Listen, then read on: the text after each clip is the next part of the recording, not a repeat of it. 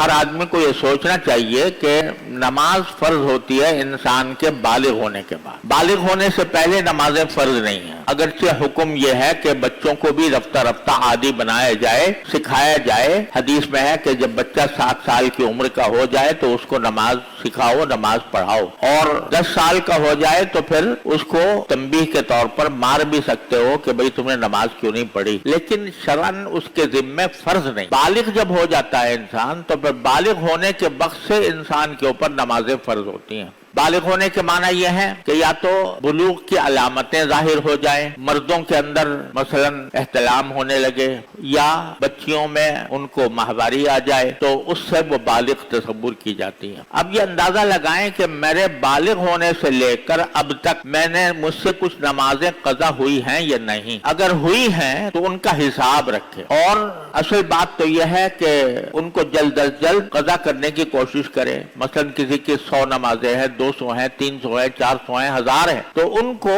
وہ قضا کرے، اور جتنا وقت بھی زیادہ سے زیادہ دے کر نمازیں قضا ہو سکیں وہ کرے۔ اور اس کا ایک آسان طریقہ بزرگوں نے یہ بھی فرمایا ہے کہ ہر فرض نماز کے ساتھ ایک فرض نماز قضا کی نیت سے پڑھتا رہے، اور نیت یہ کرے کہ میرے ذمے جو آخری نماز فرض تھی اور میں نے ادا نہیں کی، وہ آخری نماز میں قضا کر رہا ہوں، یہ نیت کر کے شروع کر دے۔ فجر کی نماز کے ساتھ فجر کی نماز، کہ آخری فجر کی نماز جو مجھ سے قضا ہوئی تھی وہ میں پڑھ رہا ہوں اور اس کو ادا کر رہا ہوں، اور ظہر کی نماز کے ساتھ ظہر کی، کہ آخری جو ظہر کی قضا ہوئی تھی وہ میں پڑھ رہا ہوں، عصر کے ساتھ، اور عصر کی نماز کے بعد اگرچہ نفلیں منع ہیں، فجر کے بعد بھی نفلیں منع ہیں، لیکن قضا کرنا جائز ہے۔ فجر کی نماز بھی کے بعد بھی قضا کی جا سکتی ہے، عصر کے بعد بھی قضا کی جا سکتی ہے، مغرب کے بعد مغرب کی، عشاء کے بعد عشاء کی۔ اس طرح اپنے ساری پچھلی زندگی کی نمازیں قضا کرنا یہ انسان کے ذمے توبہ کی تکمیل کے لیے ضروری۔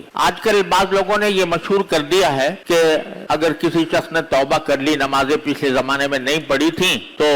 بس توبہ کر لے تو کافی ہے، پچھلی نمازوں کو قضا کرنے کی ضرورت نہیں ہے۔ یہ بات صحیح نہیں۔ رسول کریم صلی اللہ علیہ وسلم کا ارشاد ہے کہ من نام عن صلاۃ او نسیھا فلیصلیھا اذا ذکرھا فان ذلک وقتھا، کہ اگر کوئی شخص کسی نماز سے سو گیا تھا، سونے کی وجہ سے نماز چلی گئی، یا بھول گیا تھا، بھولنے کی وجہ سے نماز چلی گئی، تو پھر جب بھی اس کو یاد آئے تو وہ اس کو ادا کر لے، کیونکہ وہی اس کا وقت ہے۔ یہ الفاظ ہیں حدیث پاک صلی اللہ علیہ وسلم، حضور اقدس صلی اللہ علیہ وسلم کی حدیث پاک کے۔ تو جب بعض لوگ یہ کہتے ہیں کہ یہ بھول کر جو چھوڑی ہو اس کی تو قضا ہے، اور جان بوجھ کر جو چھوڑی ہو اس کی قضا نہیں، عجیب فلسفہ ہے۔ یعنی ایک آدمی نے بھول کر نماز چھوڑ دی تو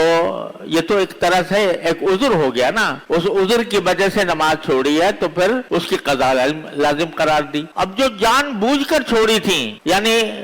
نماز کی فرضیت جاننے کے باوجود اور غفلت میں چھوڑ دی تھی، تو اس کی قضا کہتے ہیں واجب نہیں۔ یہ بالکل احمقانہ بات ہے، اس کی قضا تو اور واجب ہے۔ اپنی استطاعت کی حد تک ہر روز اپنے نمازوں کے ساتھ ایک نماز پیچھے قضا کرے، اندازہ لگائے کہ کتنی نمازیں میری قضا ہوئی ہیں، کتنے دنوں کی ہوئی ہے، اس کا حساب اپنے پاس لکھے، اور ساتھ میں یہ وصیت بھی لکھے کہ اگر میں اپنی زندگی میں یہ نمازیں قضا نہ کر سکا تو پھر میرے ترکے سے اس کے فدیے کی رقم ادا کی جائے۔ یہ وصیت لکھنا بھی ضروری، کیونکہ انسان کا کچھ پتہ نہیں کب موت آ جائے، تو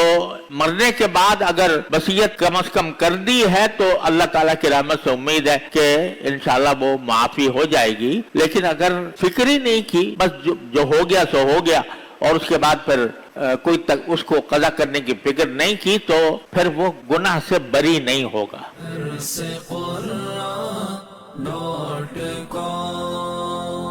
www.darsequran.com